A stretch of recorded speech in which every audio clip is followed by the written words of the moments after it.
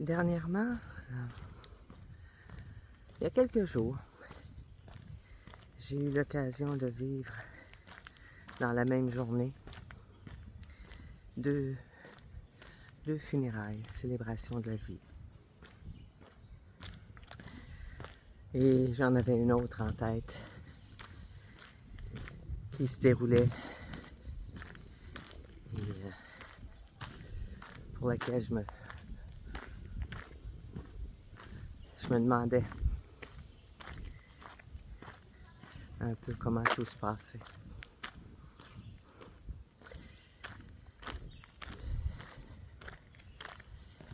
Puis ça m'interpelle. Ça m'interpelle de manière plus particulière. Ces rites-là. Premièrement parce que j'ai compris quelque part que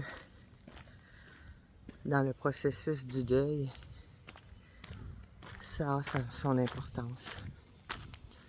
Ça a son importance pour ceux qui restent. C'est comme un morceau. Si on enlève ça, on enlève tout un morceau utile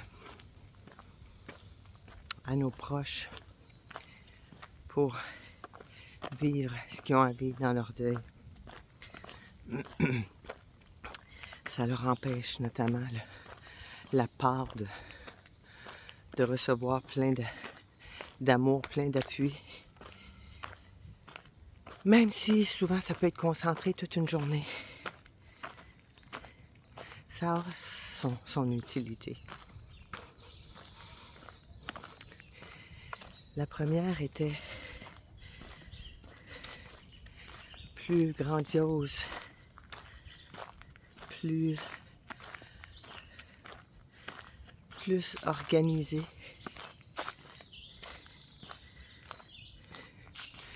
Mais en même temps, de ce que j'en comprends, parce que c'était pas quelqu'un que je connaissais vraiment beaucoup. Mais des témoignages entendus, je voyais que ça répondait à quelque chose. Mais même si certains moments étaient plus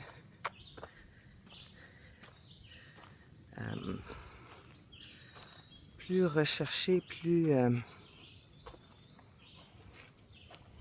on dirait comme ça, plus grandiose. J'essaie de trouver le terme, mais ça reste que c'était dans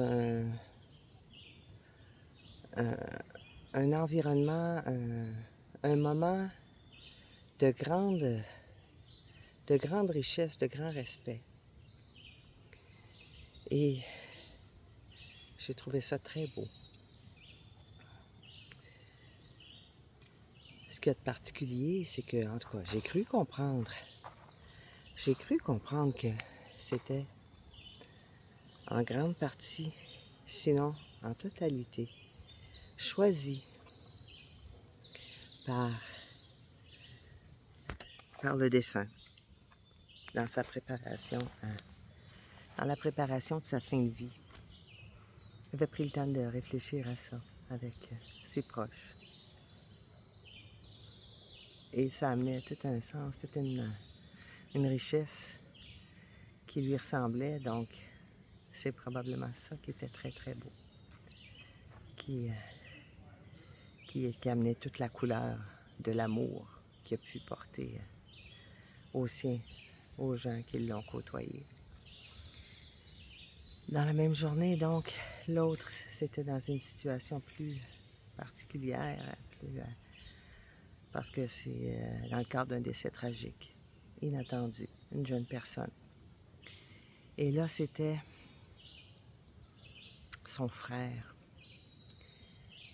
qui a pris l'animation, qui s'est fait confier l'animation de ce moment-là. Et c'était d'une richesse, ma foi, incroyable. Hein, quand on connaît quand on connaît la personne, c'est facile d'amener des dimensions plus personnelles. Et ça avait son très, très grand lot de richesses, de belles surprises auxquelles on pourrait ne pas s'attendre, comme le témoignage de sa propre mère. Et dans une circonstance comme ça, on peut comprendre que le cœur d'une mère doit être totalement détruit. Mais je pense que c'était tellement bien amené, tellement bien pensé, que c'est ce qui a fait que ça a coulé de source. Et que ça avait son côté très, très... Je voulais être là, je voulais rester là. Je suis en train de me préparer. Je suis en train de me préparer à éventuellement faire animer ou présider, le terme importe peu, des célébrations de vie et des funérailles, peu importe. La funéraille étant souvent plus religieuse, donc je vais dire célébration de vie. Et dans le cadre de cette préparation-là, je suis amenée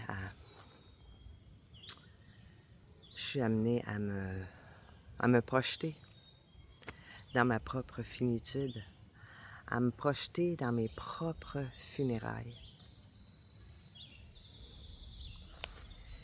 C'est un exercice que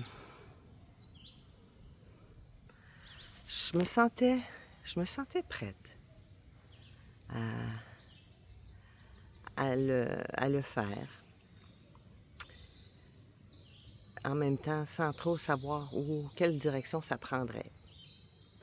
Puis plus je m'y penche, parce que pas tout à fait fini, mais presque. Plus je m'y penche, plus je m'y penchais, plus les idées arrivaient. Les idées de Joanne, c'est des idées souvent qui sortent des sentiers battus.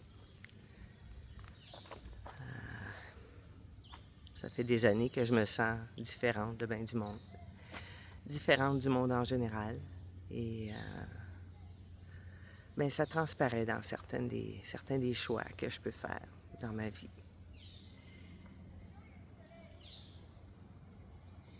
Et quand je relis ce que j'en pense aujourd'hui, parce que c'est sûr que ça peut évoluer, hein? Mais quand je relis ce que j'en pense aujourd'hui, ce que je mets sur papier aujourd'hui, je me dis, wow, ouais, c'est vrai que c'est moi. C'est vrai que les gens qui vont entendre ça vont pouvoir connecter à moi.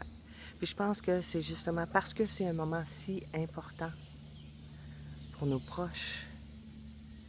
C'est un moment où on veut les amener à connecter. On veut pas de quelqu'un qui est là en avant puis qui parle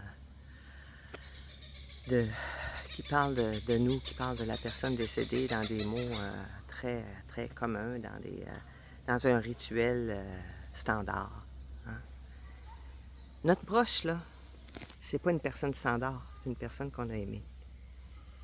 C'est une personne qui nous a fait vibrer, qui nous a fait vivre probablement toutes sortes d'émotions. Hein? C'est pas nécessairement toujours du beau, du wow, du profond, mais c'est ça, c'est ce qu'elle est. Donc, je pense que c'est ça que je suis en train de construire. Et c'est ça que j'ai le goût d'offrir. C'est ça que j'ai le goût d'offrir comme service.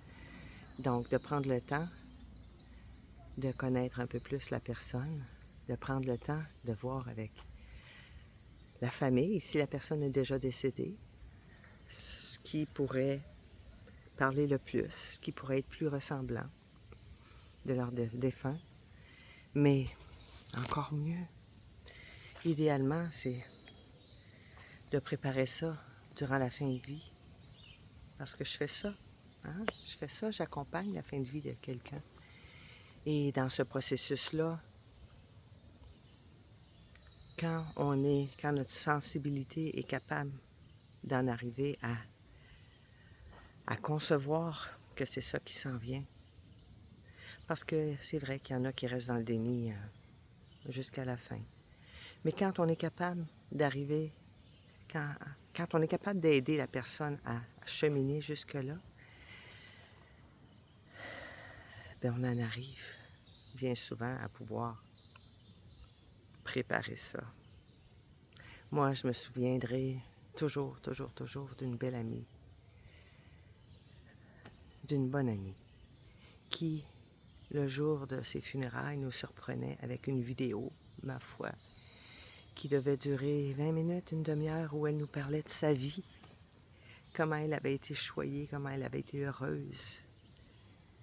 Et donc, d'un côté, il y avait elle, son cercueil, son urne, et de l'autre côté, il y avait une petite salle, un petit salon, avec un écran où elle nous parlait.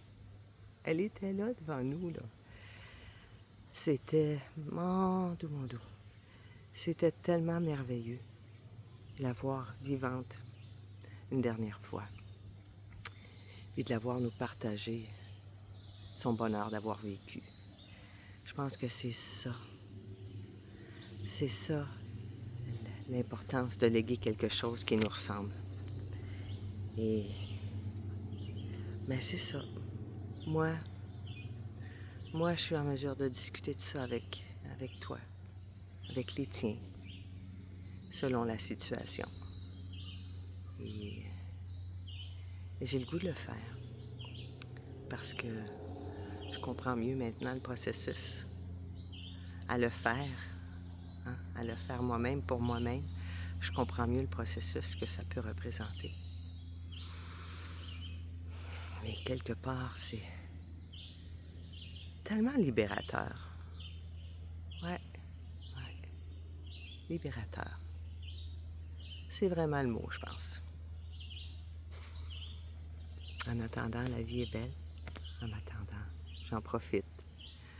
En attendant, je continue de vivre ma vie de façon heureuse et d'essayer de transmettre ça, le goût de la vie, jusqu'au dernier moment.